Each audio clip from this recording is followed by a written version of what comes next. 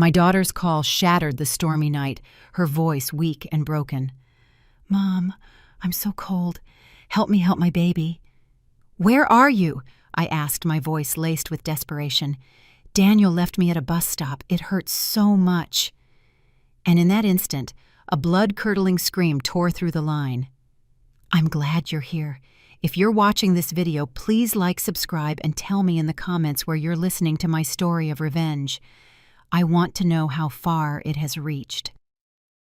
The rain was pouring down in sheets, as if trying to drown our entire small town. I was sitting in my small kitchen. The weak yellow light illuminated a pile of freshly washed clothes. My hands slowly folded each item, trying to keep my mind busy. It was a habit of mine, the habit of a mother, used to worrying to keeping everything in the house in order. The drumming of the rain on the tin roof was a roar that seemed to drown out any other sound, but when the phone rang, I jumped. The screen lit up, showing the name I was always waiting for, always worrying about. Sarah. I answered immediately, my hands trembling as if I sensed something terrible was happening. "Sarah, honey," I called out, my voice cracking against the whistling wind on the other end of the line. The static was awful, like my daughter was right in the middle of the storm. Then a faint voice, almost a whisper, came through. "Mom, I'm so cold. Help me save my baby." I felt my heart stop. The voice of Sarah, my daughter whom I had cradled since she was a tiny thing, was now so weak I had to press my ear to the phone just to hear her. "Where are you? Sarah, tell me where you are." I practically screamed, but I only managed to catch a few scattered words. "Daniel left me at the bus stop. It hurts so much." And then a sharp, gut-wrenching scream shot through the line, tearing the night apart. After that total silence, the call dropped. I stood there frozen, the phone still clutched in my hand, as if letting it go would mean losing her forever. I tried calling back again and again, but I only heard the cold voice of the operator. "The number you have dialed is not available." My head was spinning. Where was Sarah? What had she said about Daniel? Which bus stop? And the baby? My grandson. What was happening? I stopped thinking and started acting. I grabbed the old raincoat hanging in a corner and took the keys to my husband's truck. He had passed away 3 years ago, leaving me his old pickup with its faded headlights and wipers that screeched with every move. I ran to the garage, not caring about my soaked shoes or the rain hitting my face. I had only one thought in my head. I had to find Sarah. The truck pushed through the white curtain of rain, its weak headlights struggling to pierce the dense water. I drove to the hospital where Sarah had her pregnancy checkups. She was almost due, and I remembered her telling me on her last call that she had an appointment today. But when I got there, the nurse at the front desk shook her head. "Miss Sarah Salgado was discharged early this morning. Her husband came for her." My heart sank again. Daniel had picked her up. Then why was she calling me for help in the middle of the storm? I couldn't believe it. I started the truck and headed to the house Sarah shared with her husband, about 10 miles from there. The little house was on the outskirts, where she had moved with Daniel after they got married. I pounded on the door, shouted her name, but the house was dark, without a single response, only the howling of the rain and wind. I got back in the truck, a knot in my stomach. The westbound highway, the only route from the hospital to their house, appeared in my mind as the last clue. I drove, stopping at every bus stop, getting out of the truck to scream her name into the rain. "Sarah, honey." My voice was lost, carried away by the wind. No one answered. The first bus stop, the second, not a soul, just rain and darkness. When I reached the third one, as the truck's headlights swept across the tin roof, I saw something that made my blood run cold. A cream-colored maternity coat, the same one I had bought for Sarah when she was 7 months pregnant. It was soaked, lying on the dirty ground next to the base of a pole. Nearby there was a shattered cell phone, its screen broken into 1,000 pieces, as if someone had thrown it violently against the ground. I got out of the truck, my legs shaking so much I almost fell. I picked up the coat, clutching it tightly, as cold rainwater ran through my fingers. "Sarah," I whispered, my voice choked. I walked into the bus shelter, into a dark corner, and then I saw her. Sarah, my daughter, was huddled in a corner, shivering from head to toe, holding a newborn baby, red and wrapped in a thin diaper.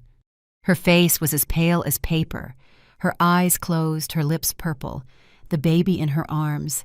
My grandson was tiny, fragile, not crying, not moving.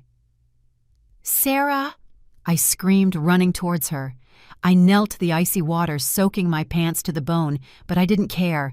I quickly pulled a towel from my bag, wrapped the baby, and took off my own jacket to cover Sarah. "Honey, Mom's here. I'm here." I kept repeating, my tears mixing with the rain. I got them both into the truck, placing the baby on my lap, trying to keep him warm. My hands trembled as I dialed 911. "Please come quick, my daughter. My grandson." I could barely form a sentence. I was just crying. The person on the other end asked where I was, and I just managed to scream. "The 3rd bus stop, westbound highway. Please hurry." I stayed in the truck holding Sarah, trying to warm her with my own body. She half opened her eyes, looked at me, and her voice was a thread about to break. "I don't want to die. Daniel abandoned me."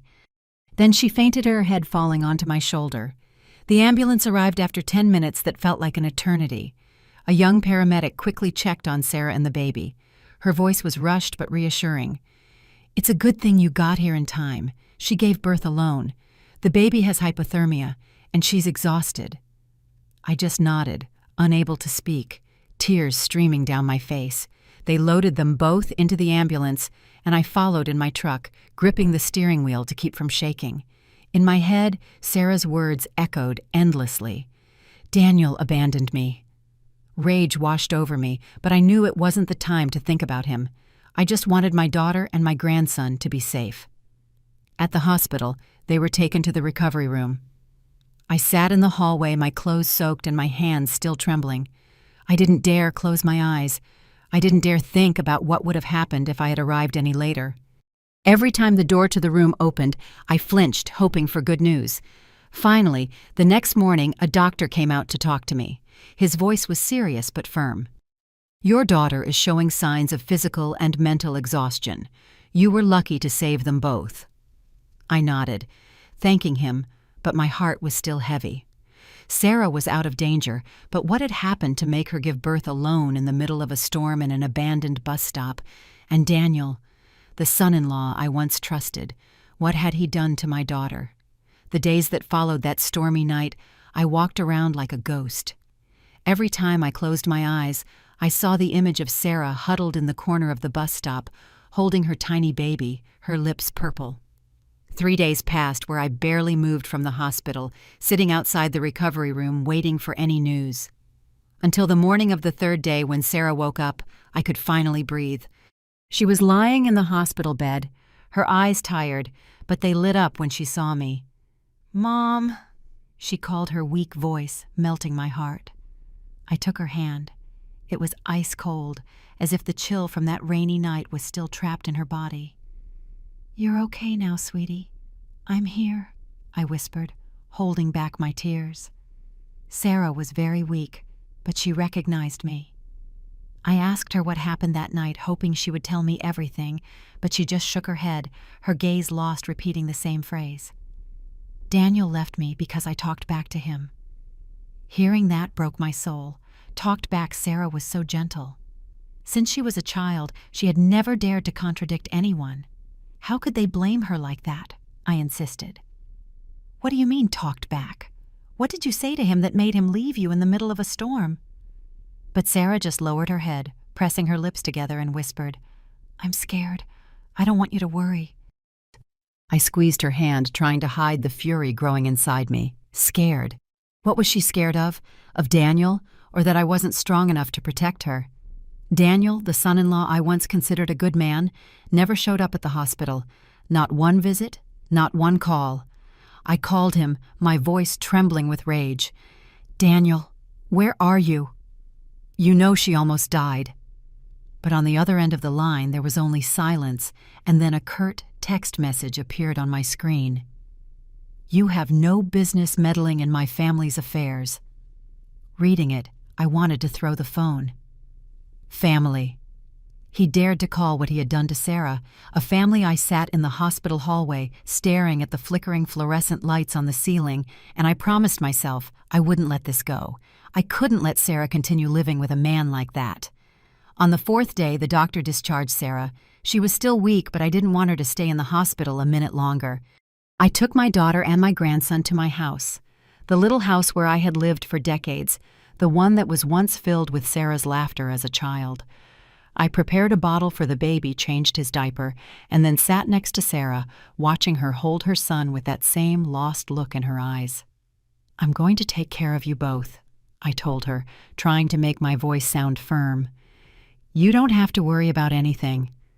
Sarah just nodded, but I knew she didn't quite believe me.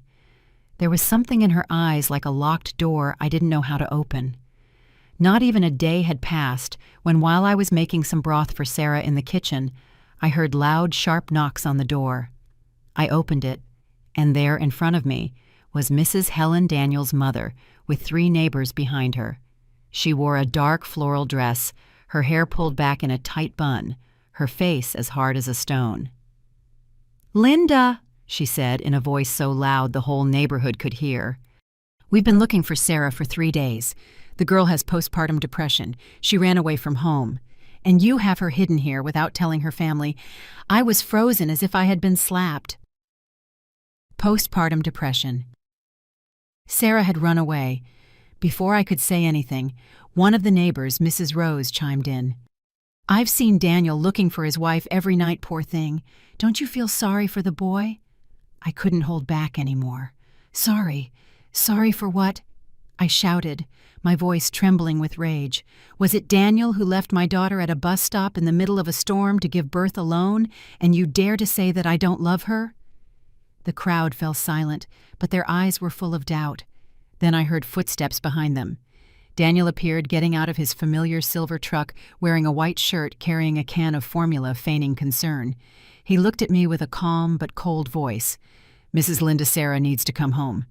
I don't want to make a scene, but if you continue like this, I'll have to call the police. You and her, you're both showing signs of mental instability." I felt the blood rush to my head. I clenched my fists so tight my nails dug into my skin. And on top of everything, he dared to say I was unstable, to threaten me with the police. I was about to lunge at him to scream in his face. But then I heard Sarah's voice from inside, soft but firm. "Mom, I'm fine. Let me go. If they stay here making a scene, it will affect you too." I turned and saw my daughter at the door holding her baby, her eyes red, but trying to stay calm. My heart broke. Sarah, my shy girl, was now trying to protect me when she was the one who needed protection. I wanted to hold her back to scream that under no circumstances would I let her go back with that man. But the looks from the people outside, their whispers, and Sarah's silence left me powerless. I had no proof, nothing to prove what Daniel had done, only my word, and a mother's word in their eyes was not to be trusted. I stood there watching Sarah get into Daniel's truck with the baby in her arms. He opened the door for her with a caring gesture, but his gaze passed over me cold and defiant. Mrs. Helen walked behind, saying nothing more, but her mocking smile seemed to say that I had lost. When the truck disappeared, I stood at my front door feeling like my world was collapsing.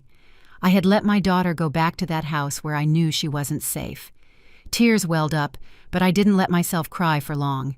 I picked up the phone and called Mark, my younger brother, the only person I trusted to help me.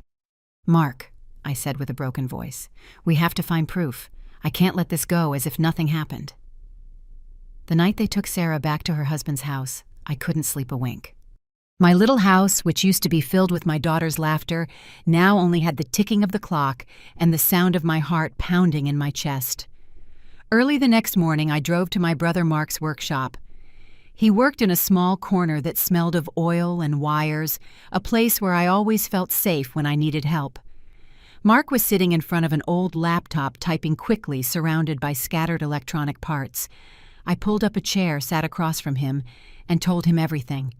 The call in the rain, the soaked coat, the scene with Mrs. Helen and Daniel taking my daughter away. My voice trembled not from fear, but from rage. "Mark," I said, pulling Sarah's shattered phone from my bag, "I found this at the bus stop. See if you can recover anything. I need to know what happened to her." Mark took the phone, examined it from all sides, squinting as if he were deciphering a riddle.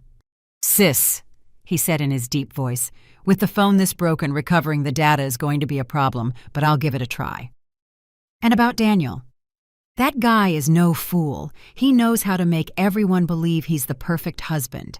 If you want to confront him, you need stronger evidence than just your word. What if we install something in his house? I froze. Install cameras. Microphones. The idea filled me with both hope and fear. Is that legal, Mark? I asked quietly. Mark shrugged. Legal or not, do you want to save Sarah? If he was capable of leaving her stranded in a storm, he's not going to stop there. I nodded, though I felt uneasy inside, but I knew Mark was right. Daniel was too cunning, always acting like the devoted husband in front of the neighbors. I had seen him bring Sarah flowers in full view of the whole neighborhood, smiling as if nothing was wrong. But behind closed doors, I didn't know what my daughter was enduring. I ran a hand over my face, trying to push away the helplessness. Okay, I said with more resolve. Let's do it, but very carefully. I don't want Sarah to get hurt. Mark nodded and pulled a miniature camera from his toolbox, no bigger than a coin, and a recording device as thin as a sheet of paper.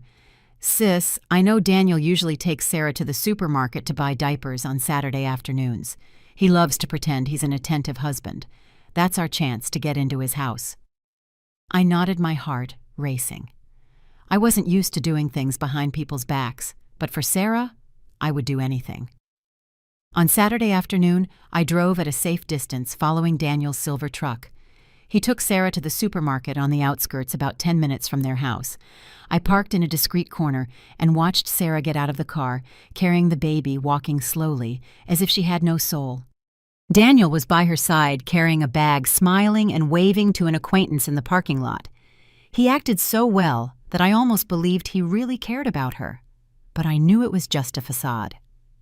When they went into the supermarket, I sent Mark a text. Now. Mark moved like lightning. He was wearing a dark jacket, a cap, and slipped into the house through the back door where Sarah used to leave a spare key under a flower pot. I waited in my car, my heart pounding a mile a minute, my eyes glued to the phone, terrified someone would discover him. 10 minutes later, Mark sent me a message. Done. The camera is in the artificial plant in the living room. The microphone is behind the curtain near the baby's crib. Sis, now we just have to wait. I let out a breath, but the anxiety didn't go away. I knew that what I was about to see was going to hurt, but I needed the truth. That night, I sat in my living room in front of Mark's laptop. He connected the camera, and the image of Sarah's house appeared. My breath caught in my throat as I saw her sitting on the couch holding my grandson, her face pale and her eyes empty. The baby was sleeping in her lap, so small his tiny hands clutching his mom's clothes. Then the door opened and Daniel walked in, his shirt wrinkled and his brow furrowed. He threw a bag on the floor and yelled, "I come home dead tired from work and this house looks like a pigsty. You're so useless." His voice was as sharp as a knife, every word a wound in my heart. Sarah said nothing. She just lowered her head, holding her son tighter. He walked over to her and pointed a finger in her face. "If I didn't bring money into this house, the two of you would have starved to death by now. Why can't you be even half the woman Bianca is, huh?" Mark and I were silent. Bianca. Who was that? I had never heard Sarah mention her. But Daniel's tone, the way he compared her to someone else, made my blood boil. I wanted to jump through the screen and get my daughter out of that house, but all I could do was clench my fists, my nails digging into my palms until it hurt. Mark turned to me, his voice grave. "Sis, this is proof, but we need more. He's not just emotionally abusing her, he's hiding something else. Have you ever heard of this Bianca?" I shook my head, feeling like an even bigger secret was about to be uncovered. That same night, the second video left me breathless. It was midnight. My grandson started crying, and Sarah went out onto the balcony with him in her arms, trying to calm him down. She sang to him softly, her voice trembling as if she were fighting not to break down. Then the balcony door opened, and Daniel came out in a t-shirt, his hair messy. He didn't shout, but his voice was icy cold. "If you dare to come out here again, don't expect me to come pick you up a second time." Sarah stopped singing and turned to look at him, but she said nothing. She hugged her son tighter, as if it were the only way to protect them both. He went back inside, slamming the door, leaving Sarah alone under the dim streetlight. I turned off the screen. I couldn't take it anymore. I felt fire inside me, But I knew I had to stay calm. If I acted on impulse, if I went to his house right then, I would only make things worse. A week after Mark and I installed the cameras in Sarah's house, I felt like I was living in a never-ending nightmare. More than 10 hours of footage, more than 30 short clips that Mark meticulously extracted, showed that the son-in-law I once trusted was not just a cold man, but a monster. He insulted Sarah, called her useless, compared her to a woman named Bianca, whom I still knew nothing about. But even though those videos made my blood boil, I knew they weren't enough. I needed proof from that stormy night, the night Daniel abandoned my daughter at the bus stop, leaving her to give birth alone in the middle of nowhere. That would be what he couldn't deny, what would stop him from continuing to act like the perfect husband. I decided to go back to the westbound highway to the place where I found Sarah. I brought a printed photo, one of Sarah wearing the cream-colored maternity coat I had bought for her. It wasn't a great picture, just a quick snapshot I took when she tried it on, but her smile in that picture hurt my soul. I drove, stopping at every bus stop, every roadside diner, every small gas station. I showed the photo to everyone I met. Vendors, security guards, even truck drivers on their break. "Have you seen this young woman?" I would ask, my voice hoarse with exhaustion. Most shook their heads. Some looked at me with pity, as if I were an old woman looking for something that didn't exist. At a small gas station near the third bus stop where I had found Sarah, I ran into an older man with gray hair cleaning the windshield of a light blue cargo truck. He wore an old jacket. His hands were rough, but his movements were slow and careful. I approached him.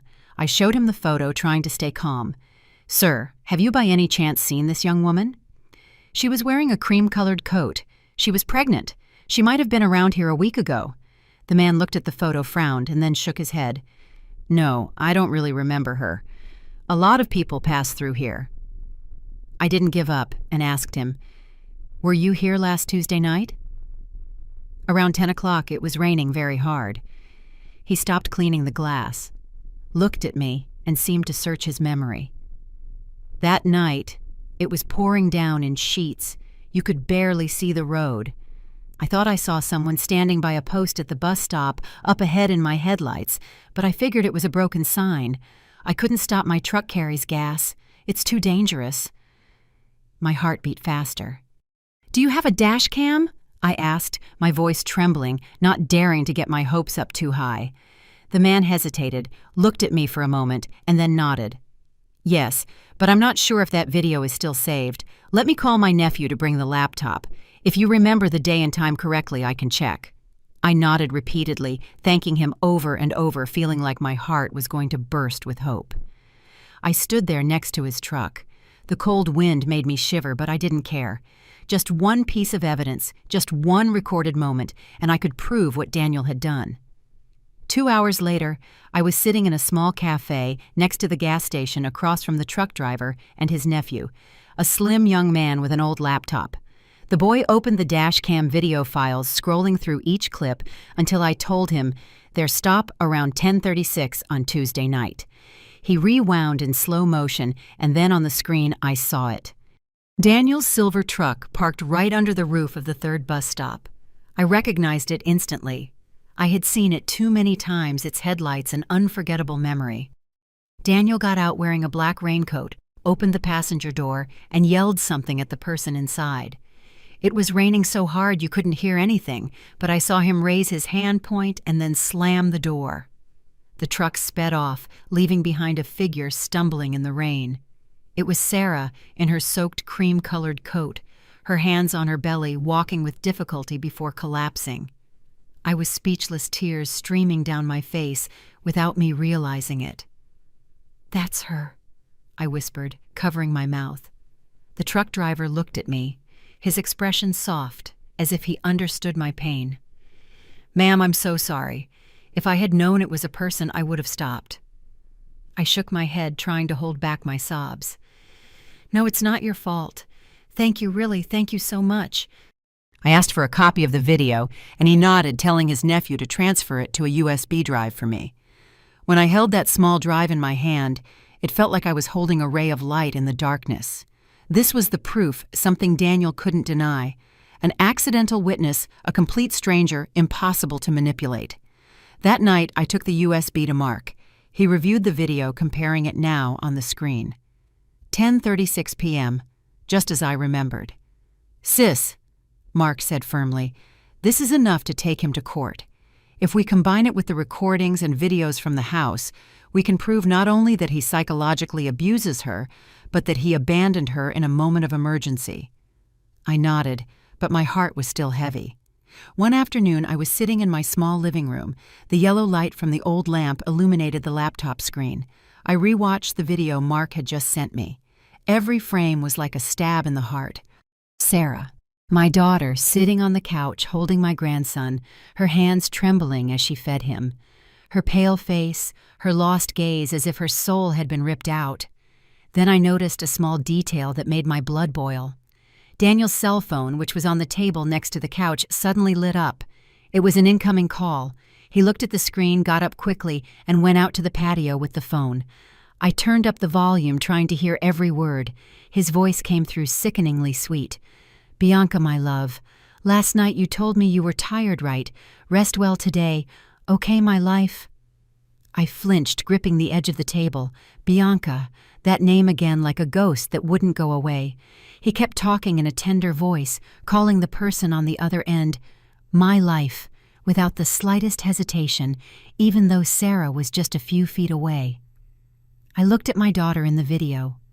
She kept her head down as if she couldn't hear, or maybe she was already used to his cruelty.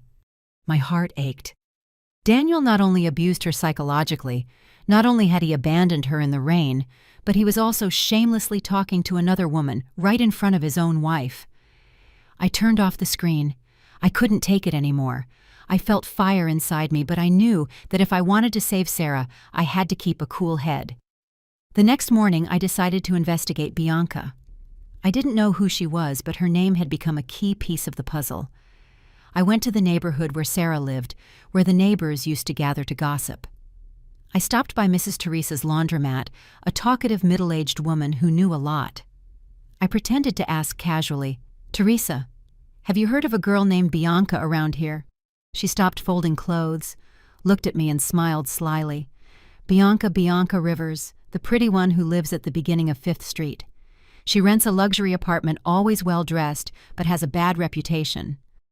They say her boyfriend is an office worker, but she spends like she's rich. Who knows who's paying for that lifestyle?" I nodded, thanked her, but inside I felt a whirlwind. Office worker Daniel was just an administrative employee. How could he afford to support someone like that? I couldn't stay still that night. I took my truck and drove to 5th Street, where Teresa said Bianca lived. I parked in a dark corner near a small shop and waited. At 7 o'clock sharp, Daniel's silver truck appeared. I recognized it immediately. It had haunted me since that stormy night. He got out wearing a white shirt and well-combed hair, looking like an exemplary man. Then a young woman with long, shiny hair and a tight dress came out of the building. He hugged her in a gentle but intimate way and then kissed her on the forehead as if they were husband and wife. My heart was pounding, my hands shaking as I took out my cell phone to record. I tried to hold it steady, capturing every moment. He smiled, said something to her, and then they both went into the building holding hands. I drove home with my heart in pieces. I wasn't just angry with Daniel. I was hurting for Sarah. She had been living with a liar, a man who not only abused her, but betrayed her. I went to Sarah's house that same night when Daniel hadn't returned yet. She was sitting in the living room holding my grandson, her eyes tired. I pulled up a chair, sat next to her, opened my cell phone, and showed her the video. "Sarah, look," I said with a trembling voice. "This is Daniel, and this is the woman he talks about, Bianca." Sarah looked at the screen, her hands tightening around the baby, and then she broke down, sobs tearing through the silence. "Mom," she said between gasps, "I knew it. I saw strange messages on his phone once. I asked him, but he laughed and told me I was crazy.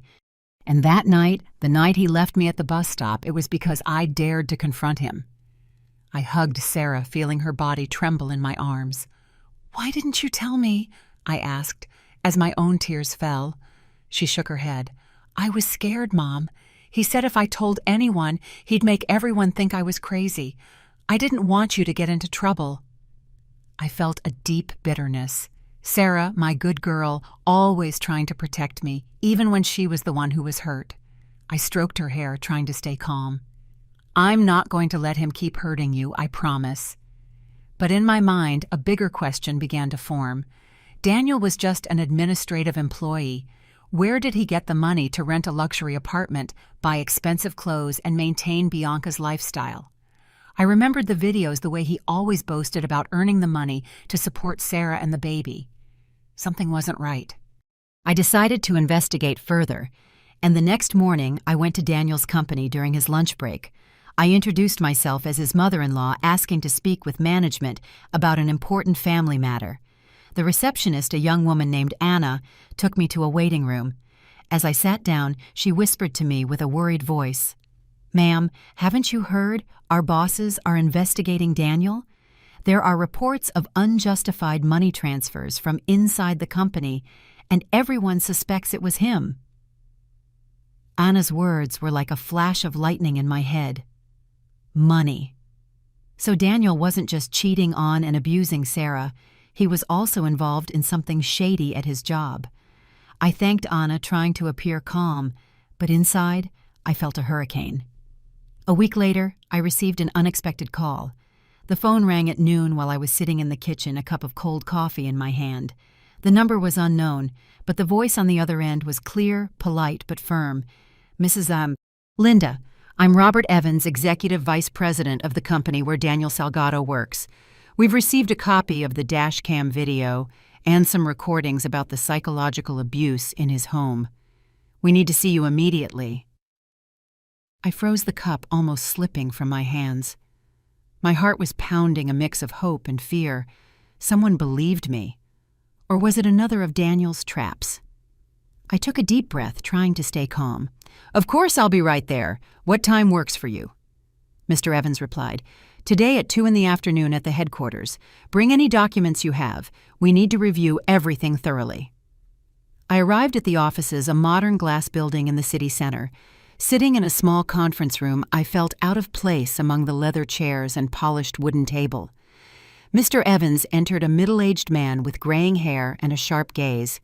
He was accompanied by a woman with black hair dressed in a gray blouse with a look so alert it seemed she could see through things. "I'm Valentina Morales," she introduced herself with a firm voice. "Internal auditor. I've been tasked with investigating the suspicious money transfers related to Daniel Salgado." I nodded, trying to hide my nervousness. "I brought everything I have," I said, placing the USB drive and a folder of documents on the table. "This is what I've gathered on Daniel." Valentina opened her laptop, displaying a detailed analysis chart. She pointed to the screen. Her voice was monotonous but convincing. "In the last 3 months, $112,000 have been withdrawn from the company's account, divided into multiple transactions, and transferred to a secondary account in the name of Bianca Rivers. There's a history of expenses on a luxury apartment on 5th Street spa services and expensive gift cards." I looked at the numbers, the words on the screen, unsurprised. I already suspected Daniel was up to something shady when I found out about Bianca, but seeing the proof so clearly filled me with rage and pain. He not only abused and betrayed Sarah, but he was stealing money to support another woman. "Has he been doing this for a long time?" I asked with a trembling voice. Valentina looked at me. "At least 6 months, but we just discovered it thanks to an internal report." I handed them the USB drive. "Here's everything I have," trying to stay calm. The video from the camera in Sarah's house, the recording of Daniel insulting her, the clip from the dashcam at the bus stop, and the photos of him with Bianca. Valentina took the USB, plugged it into her laptop, and reviewed each file.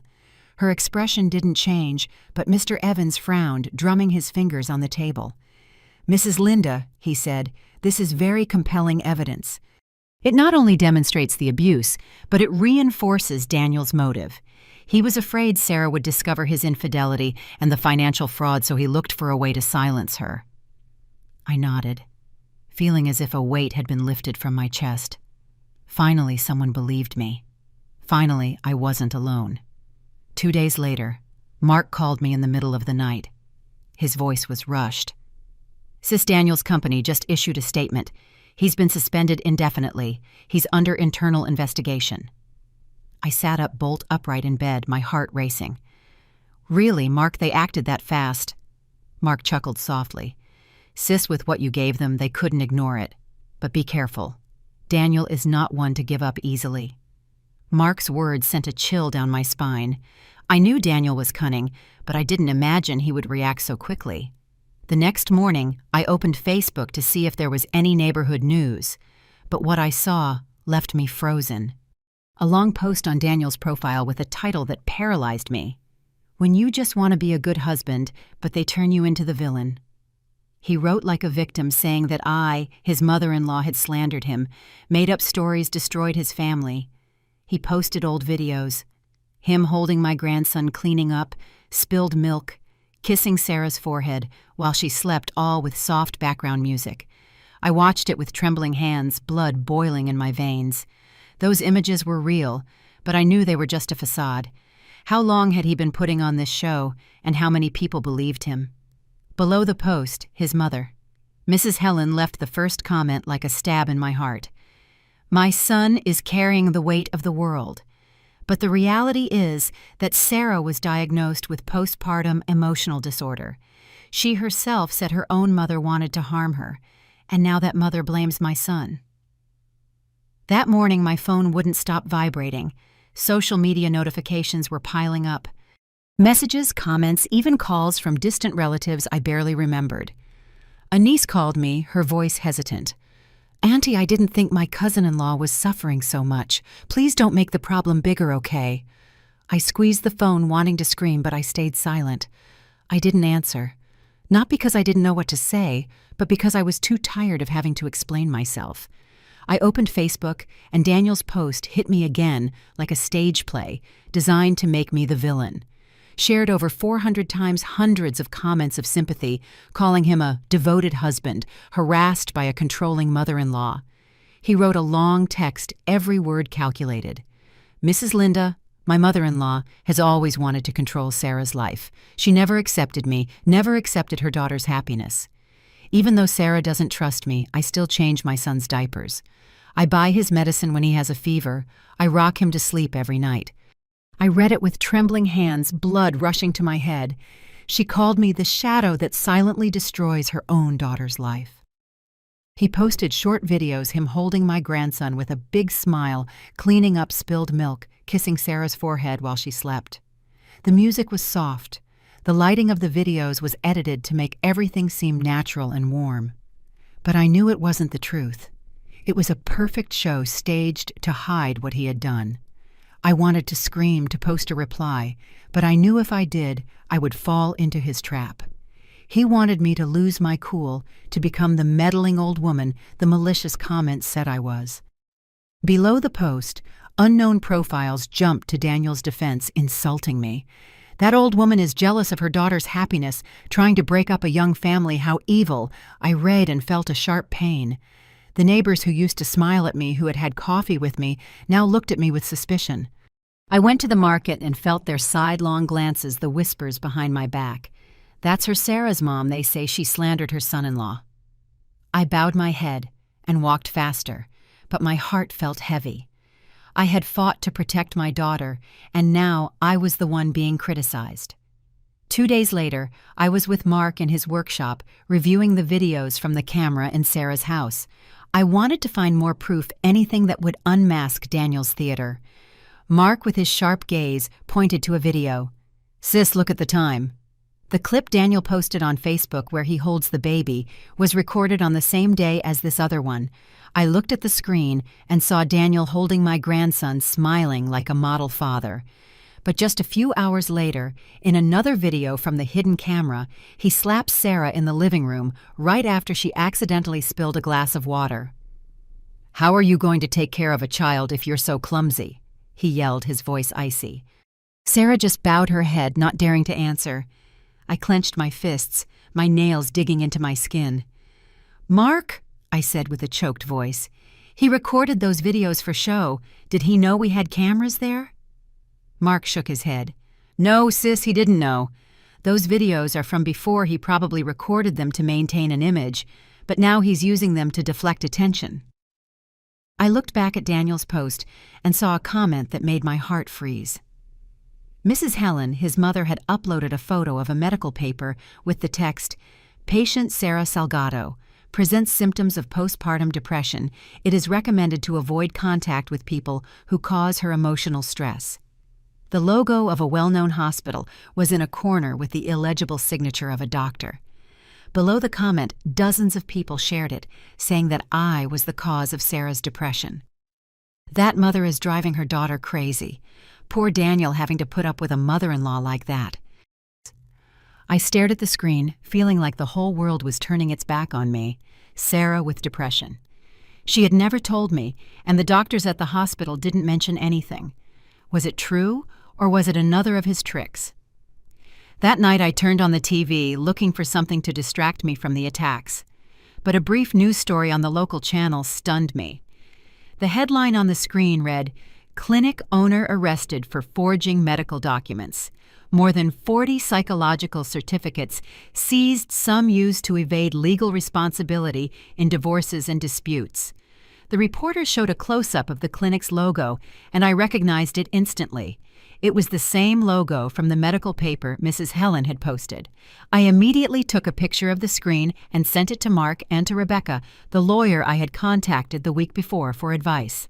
"Mark, Rebecca, look at this. That medical paper is fake," I wrote next to the photo, full of hope. Rebecca replied instantly, "Mrs. Linda, this is a major turning point. If we prove the document is fake, Daniel's whole act falls apart." Her voice through the message was cold but confident, like someone who knows they have the upper hand. Mark came to my house the next morning with a printout of the fake medical document. He enlarged the bottom left corner where the clinic's registration number was. "Sis, I already checked," he said, pointing to his laptop. "This number doesn't exist in the national health system. That clinic was just shut down for forging documents. He and his mother went too far." I looked at the number. Those tiny letters I hadn't noticed before, but which now seemed to open a door to the truth. I nodded, trying to stay calm. "Mark, we have to act now. I'm not going to let them keep hurting Sarah with these lies." Rebecca called the district attorney's office to confirm the information about the clinic. A few hours later, she sent me a message. "Mrs. Linda, it's just as you thought. The clinic was shut down last week for selling fake documents for divorce cases and legal disputes. Mrs. Helen's paper is one of them." I squeezed the phone, feeling a new strength. Daniel and his mother had staged a perfect play, turning Sarah into the victim of an invented illness and me into the villain. But now I had the proof to unmask them. I spent the whole afternoon gathering everything. I took out the USB drive with the dashcam video from the bus stop where Daniel abandoned Sarah in the rain.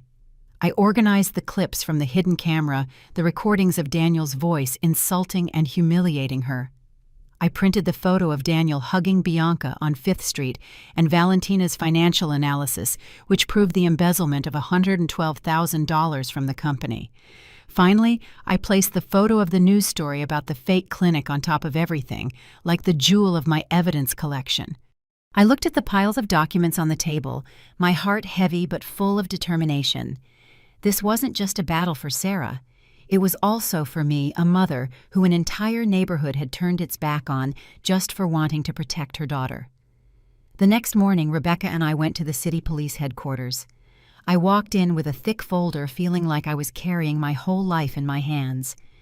The officer who attended to us, a middle-aged man with a serious look, reviewed every page, watched every video.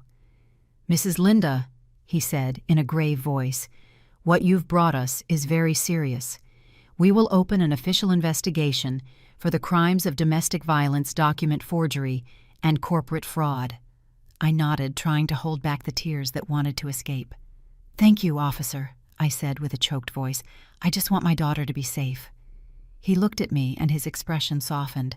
"We'll do everything we can." After 2 days of statements, the case was turned over to the family court and the criminal court.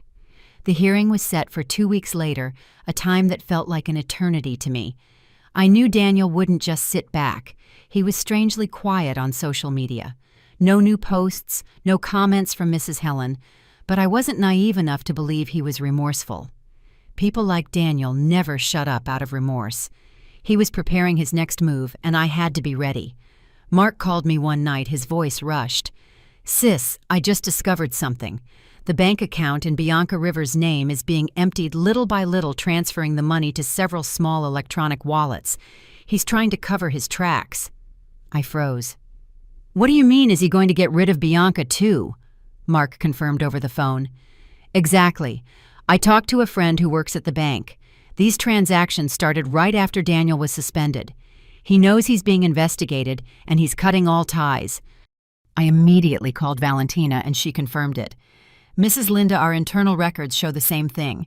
He's using Bianca as a scapegoat. Daniel only keeps people around as long as they're useful to him." I felt a knot in my stomach. I didn't feel sorry for Bianca. She had chosen to be on Daniel's side and had contributed to Sarah's pain. But I saw his cruelty clearly. He not only cheated on his wife and stole money, but he was willing to discard his lover as soon as she was no longer useful. The morning of the hearing, the sky was overcast with gray clouds that seemed to crush my spirit. I arrived early at the courthouse, sitting next to Sarah in a cold waiting room. She was wearing a long, pale blue dress and holding my grandson tightly. Her hands were trembling, but her gaze was firm. I looked at her, feeling a mix of pride and pain. Sarah, my daughter, once so fragile and scared, was now forcing herself to face the nightmare named Daniel. "I'm here, honey," I whispered, taking her hand. She nodded without speaking, but the gentle squeeze let me know she was leaning on me, just as I had always been her support since she was a child. Rebecca, our lawyer, had arrived the night before with a folder full of documents. She reviewed every page, every video, every copy, with the sharp gaze of a warrior ready for battle. Valentina was also there with a stack of accounting papers sealed in red, her face calm but determined. "Mrs. Linda," Valentina said in a grave voice, "today we will make sure he has no escape." I nodded, trying to hide the anxiety that was consuming me. I had come so far, I had gathered all the evidence, but I was still afraid. Afraid that Daniel, with his cunning, would find a way to turn the situation around one more time. Daniel arrived 10 minutes late, walking into the room in a light gray suit, his hair combed, feigning calm. He was accompanied by his mother, Mrs. Helen, and Bianca, the young woman I had seen in the video from 5th Street. Mrs. Helen was dressed in black, her face as hard as a stone, while Bianca kept her head down, her hands clasped in front of her. I glanced at Sarah and saw her look at Bianca for a moment, before quickly looking down, holding my grandson tighter. I knew she was holding back, fighting to keep the pain from overwhelming her. I put my hand on her shoulder and whispered, "You're so strong, Sarah. I'm here." She nodded slightly, but her eyes were still full of wounds. The hearing began. The atmosphere in the room was as heavy as the sky outside. Rebecca stood up and presented the charges with a clear, sharp voice. She showed every piece of evidence. The dashcam video of Daniel abandoning Sarah in the rain, the clips from the hidden camera where he insulted and threatened her, the photos of him hugging Bianca, and the financial analysis that proved the embezzlement of $112,000. She concluded with the fake medical certificate that Mrs. Helen posted on Facebook, along with the information about the closed clinic. The room fell silent. You could only hear the rustling of papers and the held breaths of those present. I looked around and saw how the expressions of some jury members changed from doubt to astonishment. When it was Daniel's lawyer's turn, I held my breath, preparing for a long string of denials. But what happened left me stunned. His lawyer, a short man with thick glasses, stood up and said in a calm voice, "We do not dispute the evidence presented." A murmur went through the room, and I felt my heart stop. They didn't dispute it. Daniel stood up, looked directly at the judge, and said in a clear voice, "I admit I made mistakes, but I was not the mastermind. I was only following the orders of my mother Helen and Miss Bianca Rivers, who planned the social media campaign, edited the videos, and obtained the false medical documents." The room erupted in murmurs. Rebecca turned to look at me, her eyes full of surprise. I leaned over and looked at Bianca. She was rigid, her face pale, clenching her hands so tight her nails dug into her skin. Mrs. Helen jumped up, pointing at Daniel and shouting, "Liar! You said you would take care of everything, that I should just do what you told me." The judge banged her gavel, her voice severe. "Order in the court." But Mrs. Helen's cry echoed in my head. Daniel, the one who always acted like the perfect husband, was now turning his back on his own mother and his lover. He was willing to sink them to save himself. Bianca remained silent, not saying a word, her head bowed and her hands trembling. Judge Collins, a middle-aged woman with a penetrating gaze, asked Bianca to take the stand as a witness. She walked slowly, not looking at Daniel, not looking at anyone. Rebecca approached, holding up a bag with a USB drive. Her voice was calm but loaded with pressure. "We have more material, Your Honor, but the important thing is, Miss Rivers, do you have anything to clarify?" Bianca looked up, and for the first time she looked directly at me. Her gaze wasn't of hatred, but something more complex. Regret, fear, or both. Then she looked at Sarah and finally at Daniel, her eyes lingering on him, as if she were weighing something. The room fell silent. Only the ticking of the clock on the wall could be heard. Bianca took a deep breath and said in a low but clear voice, "Yes, I have a lot to say." My heart was pounding, not knowing what she would say. Would she defend Daniel or unmask him? I took Sarah's hand, feeling how cold it was. "Mom," my daughter whispered, her voice trembling. I squeezed her hand, trying to give her some of my strength. "It's okay, honey," I told her, though I was trembling too. Bianca was there in front of the whole room, and I knew that what she was about to say would change everything. Bianca, standing at the witness stand, began by taking out her phone and handing it to the court technician with a slow movement, as if she were lifting a weight off her shoulders. She opened a series of emails and screenshots. Her voice was monotonous, but heavy with meaning. "This is what I have." The technician projected the documents onto a large screen. I saw the messages Daniel had sent to Bianca. "If my mom finds out about this, blame it all on her.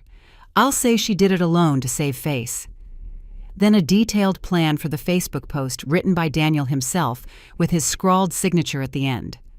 I froze when I saw the chats with a certain Robert M., the fake doctor, where Daniel agreed to buy the false medical certificate for $3,000.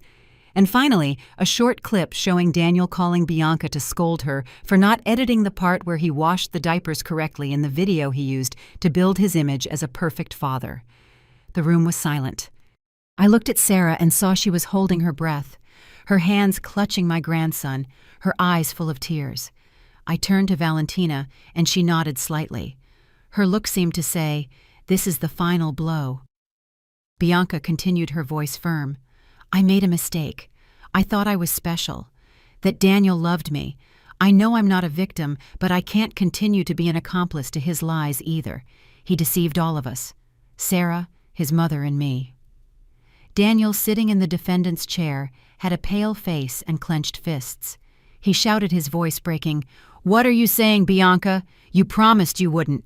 Judge Collins banged her gavel, her voice severe. "Silence the defendant." But his shout echoed in my head like that of a cornered animal. Rebecca stood up, holding up a USB drive, her voice sharp. "Your Honor, we have more documents that confirm this.